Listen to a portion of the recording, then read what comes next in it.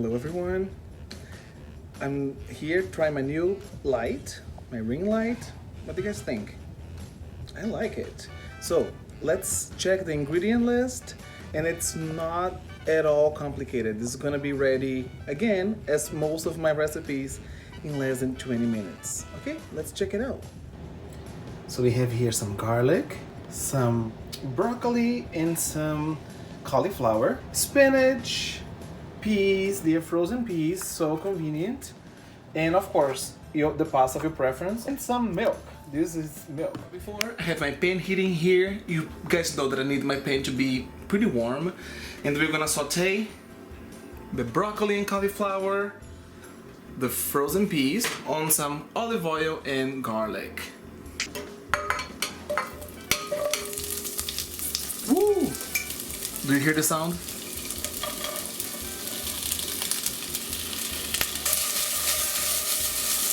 So all we want here is for the flavors to develop a little bit of complexity, and no problem, if you don't want to do this step, you can skip it altogether and just put it in the sauce, and it will cook and boil and will still be delicious. I want mine to be only sauteed, so you can remove it, cook the pasta, and then add it back in the end of the process so it doesn't get too soft. I like my veggies to be a little crunchy, but that's like, we want to make things easier. So if you want to skip this step, go ahead.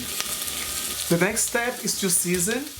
When you start seeing like some browning, then I season. I have here this mix of herbs and roasted garlic, black pepper, salt. Simple.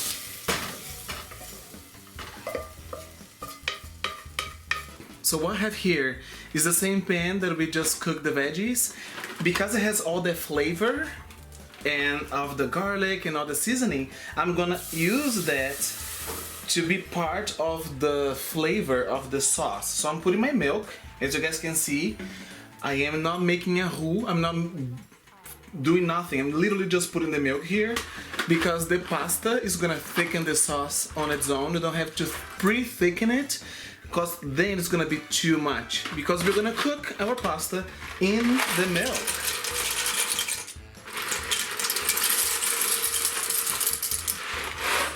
And if you guys saw my other video of the bolognese pasta, you guys remember that I cooked my pasta in the sauce, and you only need to cover the pasta. You don't need to put as much liquid as you would if you were cooking it in water.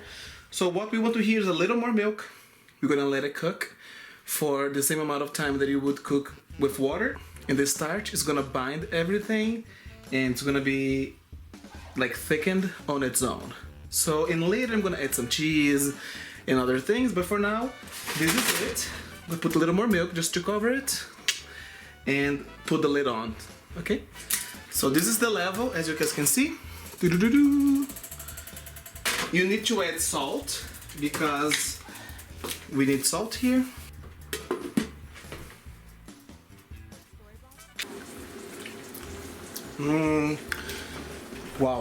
Wow, this is so tasty. I just tried a little bit of the sauce right now.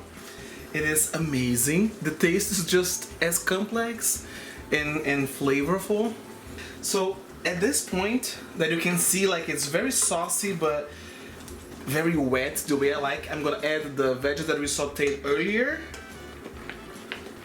Oh, it's gonna add even more flavor. But actually I had to add more milk. So if you want it to be like more loose, like a looser sauce, you should just add a little more milk and just let it boil for another minute, and it's just gonna thicken up really quickly because it's gonna like incorporate to the rest of the sauce.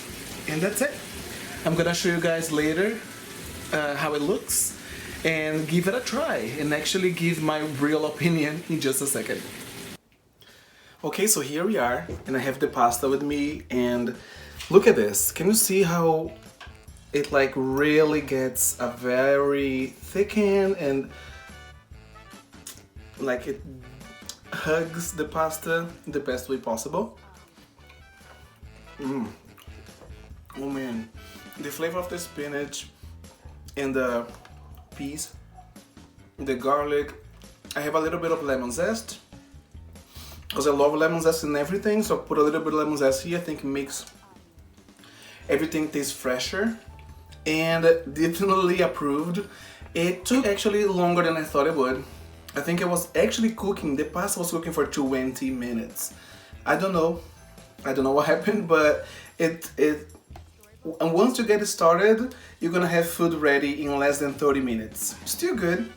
And I made a portion here for 4 people, so it really serves a family.